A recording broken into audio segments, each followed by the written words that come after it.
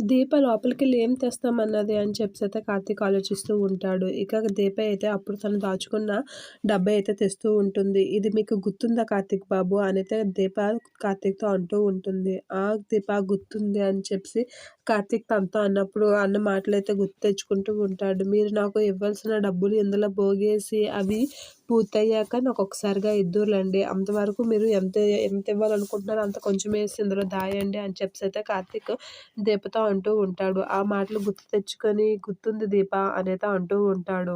ఇక కార్తీక్‌కి ఆ మాటలు గుర్తొచ్చి దీప అనంటే ఇప్పుడు ఆ డబ్బులు మనకు అవసరం వస్తాయేమో అని చెప్పేసి ఆ డబ్బా తీసి ఆ డబ్బాలో ఉన్న డబ్బులు తీసి కార్తీక్‌కి అయితే ఇస్తూ ఉంటుంది దీప. "ఇదండి కార్తీక్ బాబు నేను పోగేసిన డబ్బులు" అని చెప్పేసి కార్తీక్ చేతిలో అయితే ఆ డబ్బులు పెడుతూ ఉంటుంది. అలా డబ్బులు పెట్టగానే కార్తీక్ అయితే చాలా హ్యాపీగా ఫీల్ అవుతూ ఉంటాడు.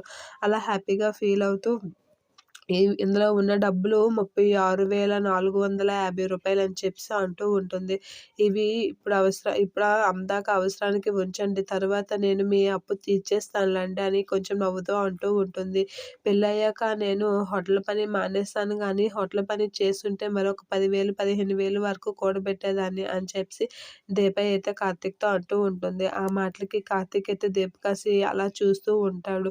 ఇక ఇకనైనా నేను మీకు అండగా నిల్చుంటానులెండి. ప్రస్తుతానికి ఈ డబ్బులతో ఇంటి సరుకులు, మీకు బట్టలు తెచ్చుకోండి అని చెప్పేసి దీప అయితే అంటూ ఉంటుంది. ఆ మాటలకి నిజంగా దీప నువ్వు నాకు నిజంగా పెద్ద అండలా నిల్చున్నావు. ఇప్పుడు చిల్లి గవ్వ కూడా లేని పరిస్థితుల్లో నాకు ఇంత డబ్బు ఇచ్చి చాలా పెద్ద సాయం చేశావని చెప్పేసి కార్తీక్ అయితే దీపకాసి చూస్తూ చాలా బాధపడుతూ ఉంటాడు. "ఏంటి కార్తీక్ బాబు" అనంటే శౌర్యకి కరెక్ట్‌గా మెడిసిన్ అయిపోయిన టైంలో ఈ మెడిసిన్ ఎలాగా అని అయితే ఆలోచిస్తూ ఉన్నాను. ఈ డబ్బులతో మెడిసిన్ అన్నీ తెచ్చి ఈ నెల ఖర్చులు ఒడ్డెక్కేలా చేస్తాం. వచ్చే నెల నుంచి ఎలాగోలాగా నేనే ఉద్యోగం సంపాదించి ఇండ్ల అద్దె అడ్వాన్స్ అవన్నీ ఇచ్చి ఎలాగోలాగా ఇచ్చేస్తాను అని చెప్పేసి కార్తీక్ అయితే దీపతో మాట్లాడుతూ చాలా హ్యాపీగా ఫీల్ అవుతూ ఉంటాడు. దీప డబ్బులు